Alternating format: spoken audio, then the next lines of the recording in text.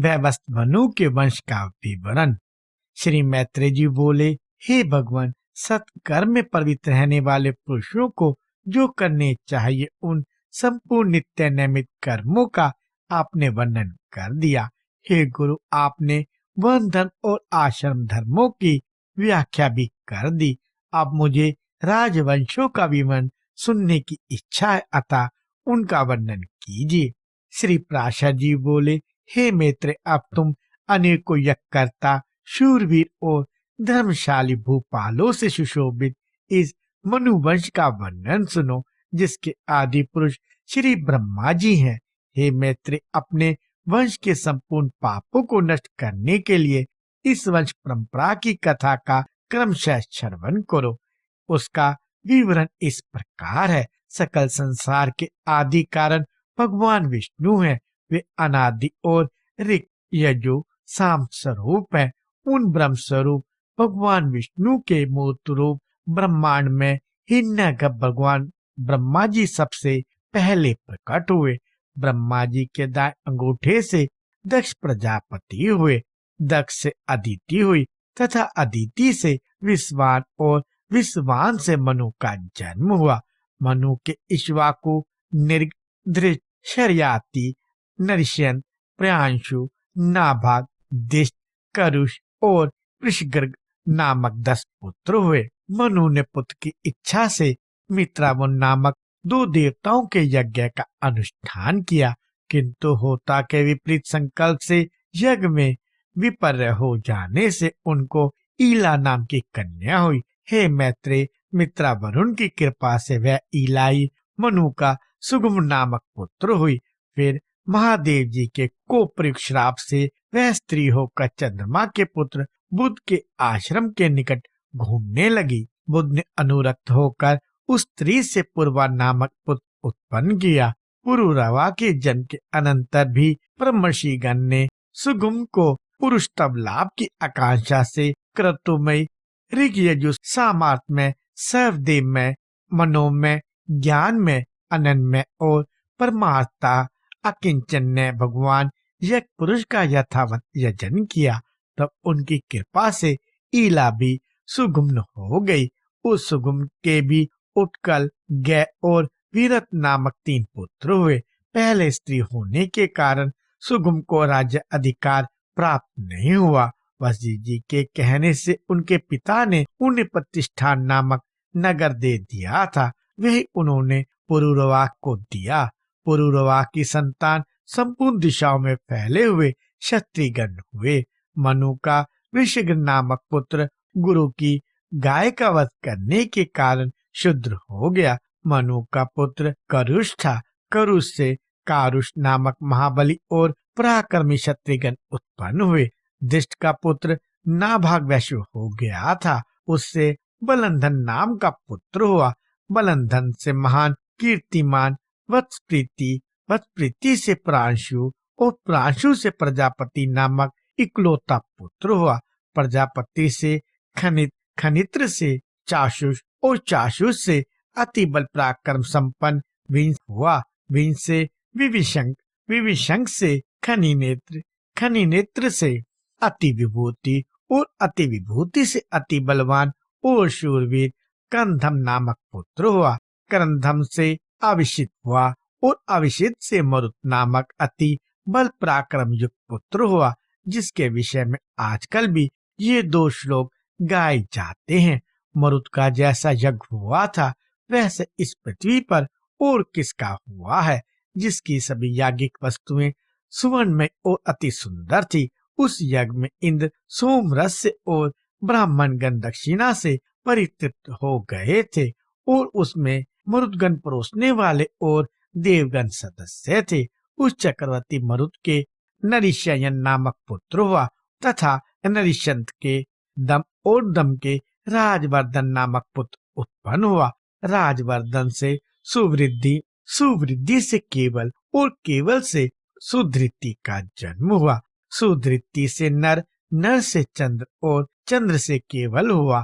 केवल से बंधुमान, बंधुमान से वेगवान, वेगवान से बुध, बुध से तृणबिंदु तथा तृणबिंदु से पहले जो इलविला नाम की एक कन्या हुई थी, किंतु पीछे अलमुशा नाम की एक सुंदरी अप्सरा उस पर अनुरक्त हो गई।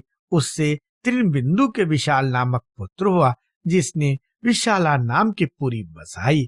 विशाल का पुत्र हेमचंद्र हुआ, हेमचंद्र का चंद्र, चंद्र का दुर्माक्ष, दुर्माक्ष का सृंजय, सृंजय का सहदेव और सहदेव का पुरुष कृशाशव हुआ। कृशाशव के सोमदत्त नामक पुत्र हुआ, जिसने 100 अश्वमेध यज्ञ किए थे। उससे जमजे हुआ और जमजे से सुमति का जन्म हुआ। ये सब विशाल वंशीय राजा हुए। इनके विषय में यह श्लोक प्रसिद्ध है। त्रिनबिंदु के प्रसाद से विशाल वंशीय समस्त राजा लोग दीर्घायु, महात्मा, वीर्यवान और अति धर्मपरायण हुए। मनुपुत्र शयाति के सुकन्या नाम वाली एक कन्या हुई, जिसका विवाह चरण ऋषि के साथ हुआ। शर्याति के आनंद नामक एक परम धार्मिक पुत्र हुआ। आनंद के रेवत नामक पुत्र हुआ, जिसने कुशस्थली नाम की पुरी में रहकर आनंद देश का राजभोग किया। रेवत का भी रायवत ककुंदी नाम एक अति धर्मात्मा पुत्र था, जो अपने 100 भाइयों में सबसे बड़ा था। उसके रेवती नाम की एक कन्या हुई। महाराज रेवत उसे अपने साथ लेकर ब्रह्मा जी से यह पूछने के लिए कि यह कन्या किस वर के योग्य है, ब्रह्मलोक को गए। उस समय ब्रह्मा जी के समीप हाहा और हु नामक 2 गंधर्व अतितान नामक दिव्य गान गा रहे थे। वहाँ गान संबंधी चित्रा, दक्षिणा और धात्री नामक त्रिमाक के परिवर्तन के साथ उनका विलक्षण गान सुनते हुए अनेकों युगों के परिवर्तन काल तक ठहरने पर भी रेवत जी को केवल एक भूत ही बीता सा मालूम हुआ। गान समाप्त हो जाने पर रेवत ने भगवान कमल योनि को प्रणाम कर उनसे अपनी कन्या के योग्य वर पूछा। भगवान ब्रह्मा ने कहा, तुम्हें जो वर अभी मत हो उन्हें बताओ। तब उन्होंने भगवान ब्रह्मा जी को पुनः प्रणाम कर अपने समस्त अभिमत वरों का वर्णन किया और पूछा कि इनमें से आपको कौन वर पसंद है, जिसे मैं यह कन्या दूं। इस पर भगवान कमल योनि कुछ सिर झुकाकर मुस्कुराते हुए बोले, तुमको जो जो वर अभिमत है उनमें से तो अब पृथ्वी पर किसी के पुत्र पोत आदि की संतान भी नहीं है, क्योंकि यहाँ गंधर्वों का गान सुनते हुए तुम्हें कई चतुर्युग बीत चुके हैं। इस समय पृथ्वी तल पर 28वें मनु का चतुर्युग प्राय समाप्त हो चुका है तथा कलयुग का प्रारंभ होने वाला है। अब तुम अपने समान अकेले ही रह गए हो, अतः यह कन्या रतन किसी और योग्य वर को दो। इतने समय में तुम्हारे पुत्र, मित्र, कलत, मंत्री वर्ग, भृत्यगण, बंधुगण, सेना और कोष आदि का भी सर्वथा अभाव हो चुका है।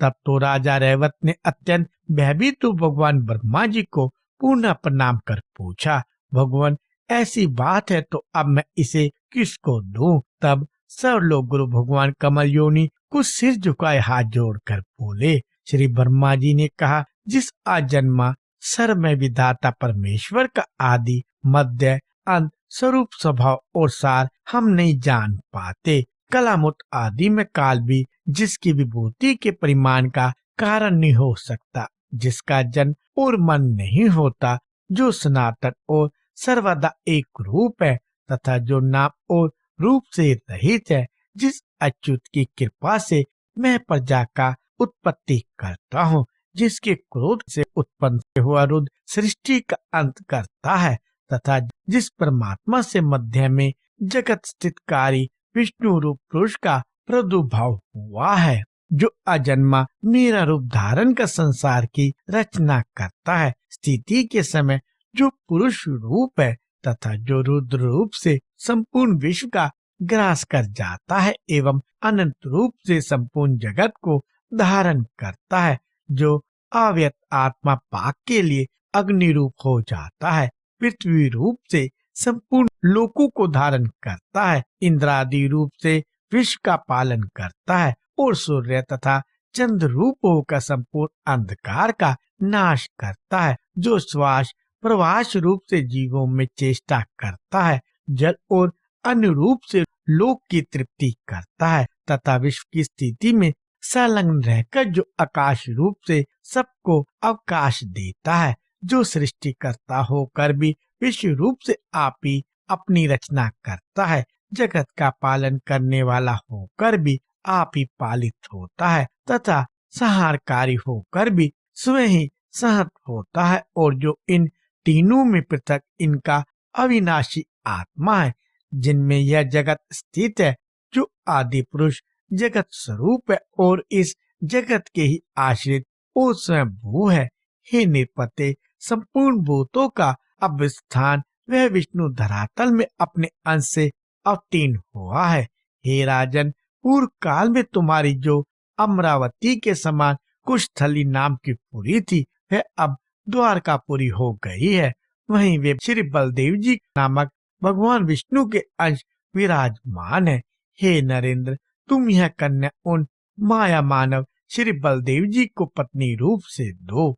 ये बलदेव जी संसार में अति प्रशंसनीय है और तुम्हारी कन्या भी स्त्रियों में रत्न स्वरूपा है, अतः इनका योग सर्वथा उपयुक्त है। श्री पराशर जी बोले, भगवान ब्रह्मा जी के ऐसा कहने पर प्रजापति रैवत पृथ्वी तल पर आए तो देखा कि सभी मनुष्य छोटे छोटे कुरूप अब तेजों में अल्पवीर और विवेकहीन हो गए हैं।